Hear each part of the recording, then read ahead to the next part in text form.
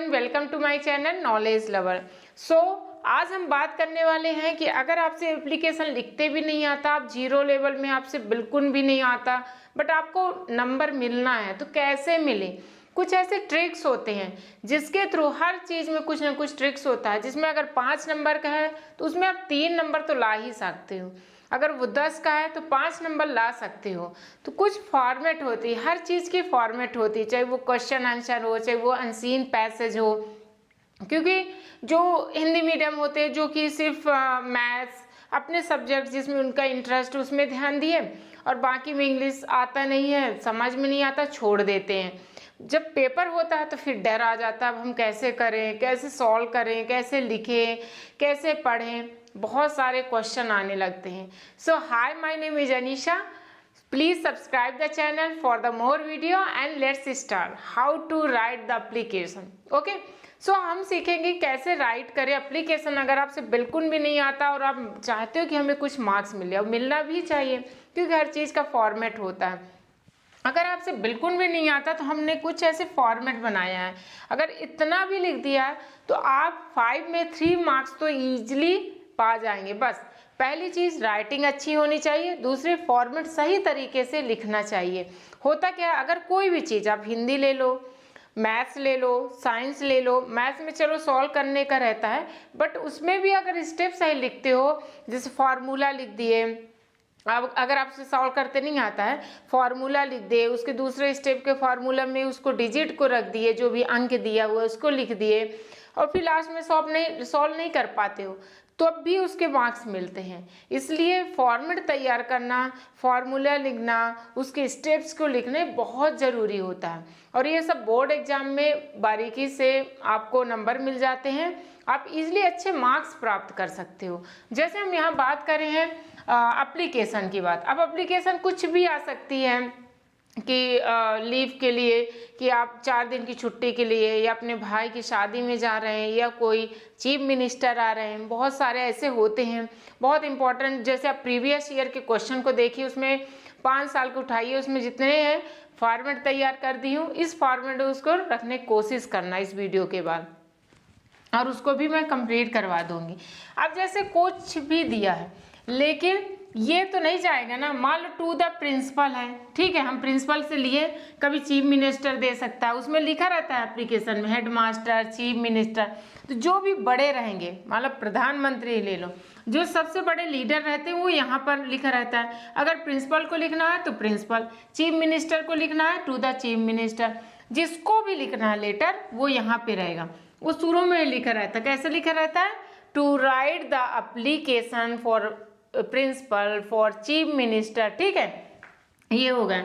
अब कहाँ लिखना है, मतलब स्कूल का नेम हो सकता है, कॉलेज का नेम हो सकता है, वो यहाँ पे लिखना, फॉर्मेट यही रखना। बिल्कुल नहीं आता है, ये बेसिक है, जिससे बिल्कुल नहीं आता वो चाहता है कि नंबर मिले, समझ में नहीं आता क्या करें, तो सबसे बेस्ट तरीका है।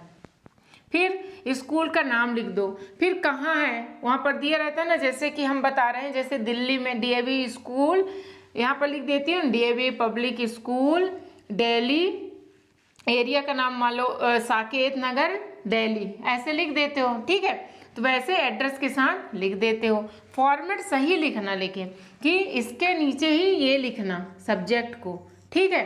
फॉर्मेट से भी बोर्ड एग्जाम में मार्क्स मिलते हैं, राइटिंग फॉर्मेट से भी मार्क्स मिलते हैं, सिर्फ अच्छे से कि नहीं कि हम लिख दिए, कुछ भी लिख दिए, कैसे भी लिख दिए, ये भी ध्यान देना बहुत ज़रूरी है कि कहाँ पे क्या लिखना है। फिर अब देखो एप्लीकेशन फॉर, यहाँ पे कुछ हो सकता है, for 2 days leave, for sister marriage, for sister cousin sister marriage, कुछ भी हो सकता है, वो दिया रहता है उसमें, तो यहाँ पे वो लिख देना, ठीक है।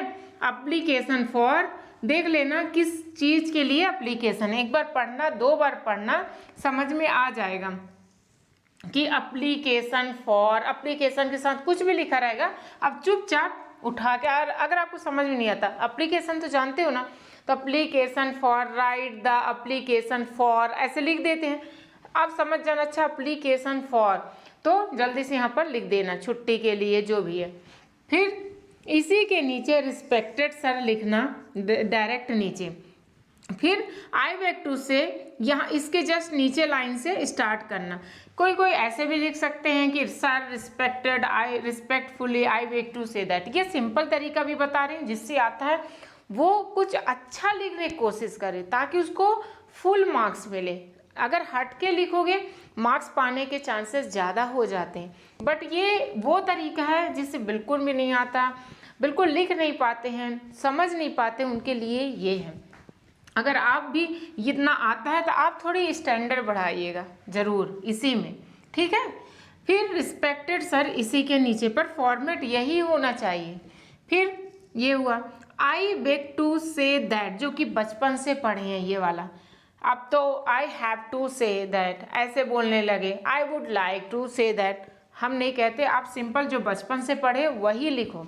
आई beg to say that I am a student of class 10th, ठीक है, ऑफ योर स्कूल। ऐसे तो लिखोगे क्योंकि आप ही को बोलता है कि आप कजिन में जा रहे हो, कजिन के मैरिज में जा रहे हो, छुट्टी में जा रहे हो, इतना तो लिखोगे कि हम आपके कैसे कि सविनय नम्र निवेदन है कि, हिंदी में लिखते हो ना, सविनय नम्र निवेदन है कि मैं आपके स्कूल का स्टूडेंट हूँ और मैं इस वजह से छुट्टी लेना चाहता हूँ, ठीक है। तो अब देखो ये school, I am not able to attend your school because I am going outside या I am suffering from fever. यहाँ पर कुछ भी फॉर्मेट हो सकता है, हम मानते हैं कि आपसे बिल्कुल नहीं आता इतना, आप ये तो लिख सकते हो ना, यहाँ पर छोड़ दिए, जो भी वहाँ पर दिया रहेगा अगर छोटा सा भी लिख देना कि आई एम गोइंग आउटसाइड, कुछ भी वहाँ से अगर समझ में आ जाए तो ठीक है। जो भी रीजन है यहाँ पर क्या लिखा जाता है, रीजन, यहाँ पर रीजन को लिखा जाता है कि यहाँ पर क्या रीजन है, किस वजह से आप नहीं आ रहे हो, यहाँ पर ये लिखा जाता है I am not able to attend the school because, ऐसे लिख देना, ठीक है। एक लाइन और लिख दो, I am not able to attend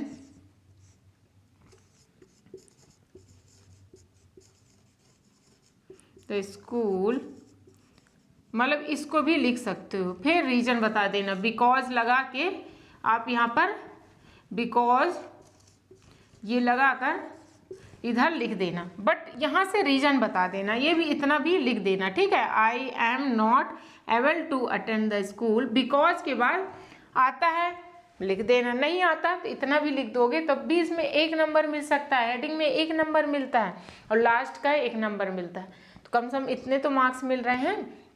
फिर इसी के नीचे लिखो kindly grant me leave for 4 days, ऐसे बोलते हो ना कि कृपया करके मुझे 4 दिन की छुट्टी दें, 2 दिन की छुट्टी दें, तो वही है, ठीक है।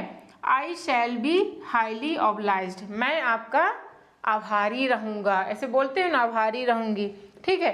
फिर योर ओबीडियंटली, XYZ क्यों, क्योंकि नाम हो सकता है, कुछ भी हो सकता है, अगर किसी का नहीं तो अपना नाम लिखोगे, अगर दिया है कि इसको लिखो लेटर, ये लड़के का नाम है, ये स्टूडेंट का नाम है, उस स्टूडेंट का नाम लिखना, इसको स्टूडेंट का नाम अगर सही लिख दिया तो यहाँ से आपको 1 मार्क्स मिल गया, यहाँ से आपको 1 मार्क्स मिल गए, यहाँ जो भी मिस्टेक है ओवरऑल यहाँ से 1 मार्क्स मिल गए, आपको 3 मार्क्स तो मिल रहे हैं, नहीं आता तो कम से कम फॉर्मेट ज़रूर याद कर लें, ठीक है, प्रैक्टिस कर लें कि कुछ भी आएगा हम ऐसे फॉर्मेट लिखेंगे और ऐसे ही हमें नंबर अच्छे से मिल जाएगा। तो ये कुछ एप्लीकेशन है, इससे मैं प्रीवियस ईयर के भी एप्लीकेशन को बहुत अच्छे से एक्सप्लेन कर दूंगी ताकि कैसे भी एप्लीकेशन आए आपसे वो बने, बट यही फॉर्मेट रहेगा, बस लेवल थोड़ी अच्छा रखो, अगर जिससे आता है तो और स्टैंडर्ड लेवल बढ़ाओ ताकि फुल मार्क्स मिले। मान लो कभी कभी एक्सटर्नल कुछ ऐसे हो जाते हैं जो कि नहीं अलग सा देखते हैं, तो ये ना हो। बाकी बोर्ड एग्जाम में अगर फॉर्मेट सही है, राइटिंग सही है तो काफ़ी हद तक अच्छे नंबर मिलते हैं। So best of luck for your future. और सब्सक्राइब नहीं किए इस चैनल तो प्लीज़ सब्सक्राइब कर लें, क्योंकि मैं प्रीवियस ईयर के MP बोर्ड, CBSE बोर्ड के पेपर को स्टेप बाय स्टेप अपलोड कर रही हूँ। So thank you for watching.